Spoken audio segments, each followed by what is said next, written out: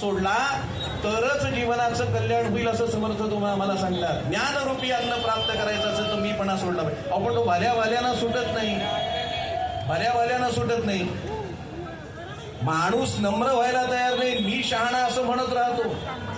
व्यवहारात सुद्धा तुम्ही बघा, तुम्ही जर विचार केलात की आपण समजा बॉस इज ऑलवेज राईट असं जर धोरण ठरलं तर बॉसनी सांगितलेली गोष्ट मान्य करायची छे आपण करत नाही.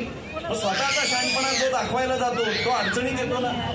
म्हणजे व्यावहारिक जीवनात सुद्धा मीपणा थोडा कमी ठेवायला पाहिजे, नम्रता धारण केली पाहिजे.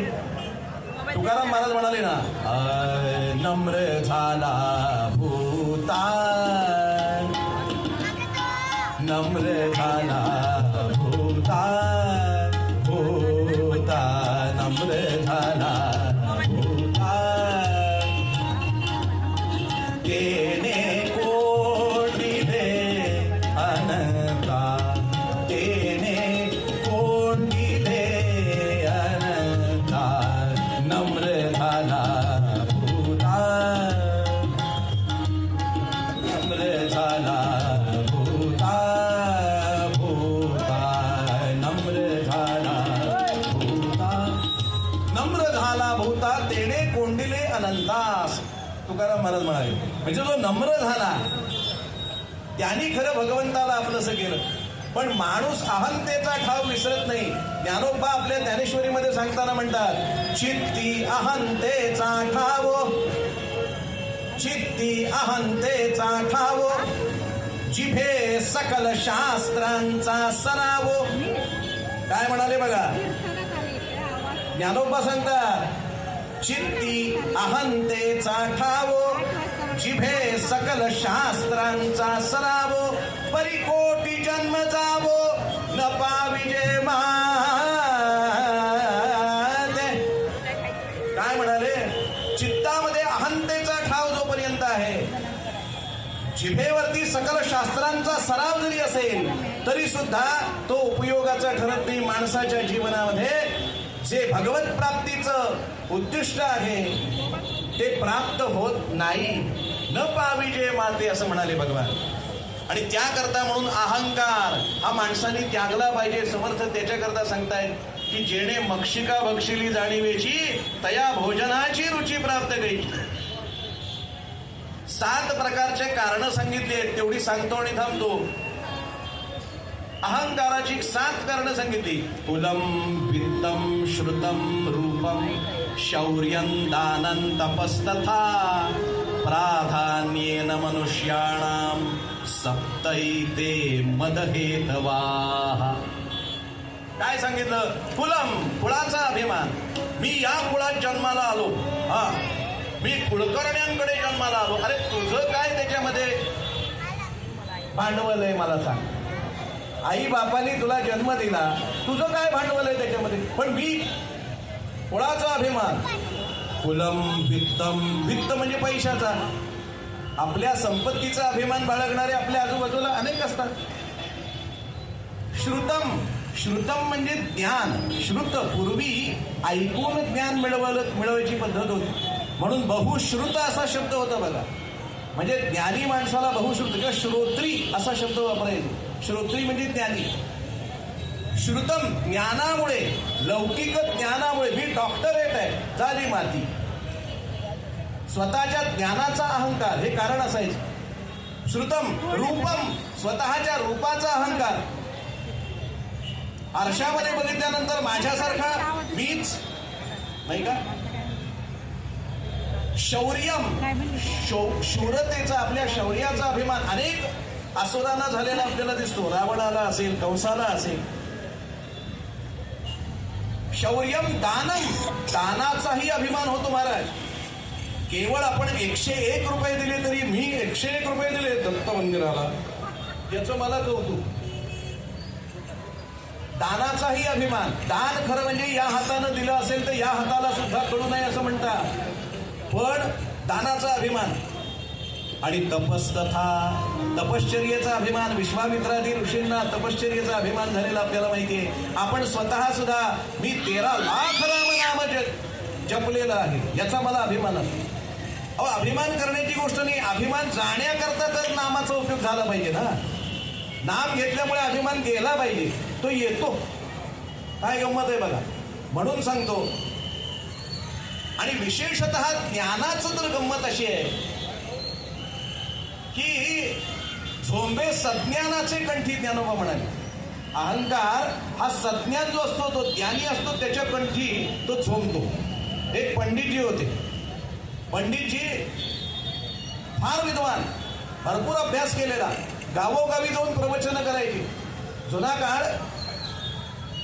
या गावातून त्या गावात जाण्याकरता मध्ये नदी होती. नदीतून नावेतून पलीकडे जायचं म्हणून नावाड्याला म्हणले चल सोडतोस का. मोठंच्या मोठं पात्र होतं. पात्रातून जाताना आता प्रारंभ झाला, मोठं पात्र आहे. थोडंसं वल्लवल्यानंतर लगेच पंडितजीने विचारलं, काय रे. म्हणाले, रामायण वाचलेस का.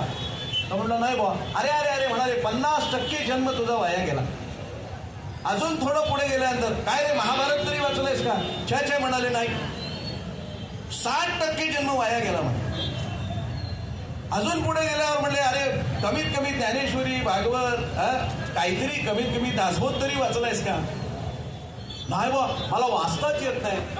अरे अरे म्हणाले, 70% जन्म तुझा वाया गेला. एवढ्यामध्ये नाव ही मध्यावरती साधारणतः नदीच्या असताना प्रचंड वारं सुरू झालं आणि त्या वाऱ्याच्या भोवऱ्यामध्ये ती नाव अडकली. गरगर गरगर गरगर फिरायला लागली. नावाड्याच्या लक्षात आलं आता नाव वाचत नाही. पंडितजीनं त्यांनी विचारलं, तुम्ही पोहायला शिकलायत का. त्यांनी सांगितलं नाही बुवा. म्हणाले, मग तुमचा 100% जन्म वाया गेला. आणि हा मी निघालो म्हणून त्यांनी उडी मारली आणि तो तीराला जाऊन बसला. आणि पंडितजी मात्र स्वतःच्या सगळ्या ज्ञानाच्या अहंते सकट खाली तळाला जाऊन बसले. मला सांगा, या पंडितजींनी जर त्या नावाड्याचं कौतुक केलं असतं, आणि किती छान नाव चालवत असले, किती सुंदर बनवत असले.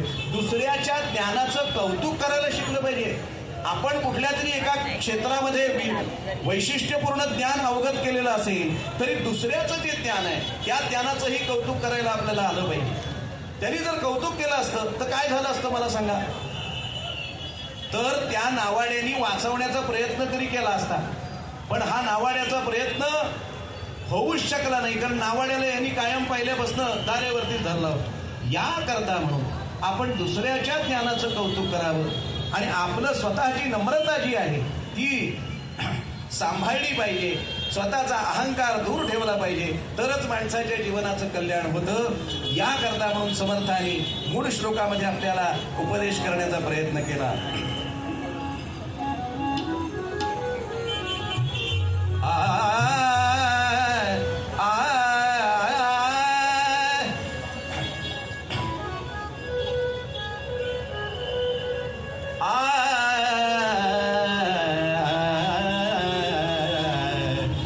मक्षिका भक्षिले जाणीवेची, जेणे मक्षिका भक्षिले जाणीवेची, जेणे मक्षिका दया भोजनाची रुची प्राप्त कैची,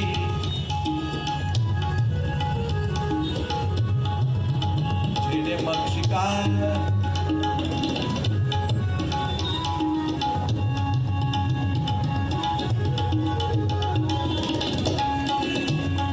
मक्षिका भक्षिले जाणीवे, जेणे मक्षिका भक्षिले जाणीवे, दया भोजनाची रुची प्राप्त कैची, दया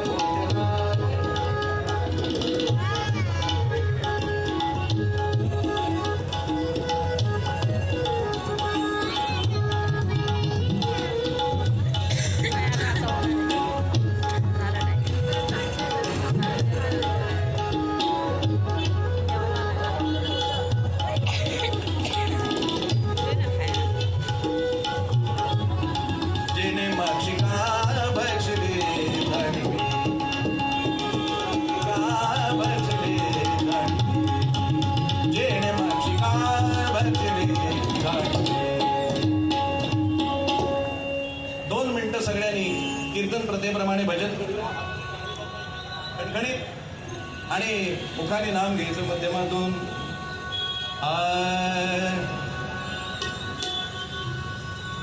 दिगंबरा दिगंबरा श्रीपाद वल्लभ दिगंबरा म्हणा.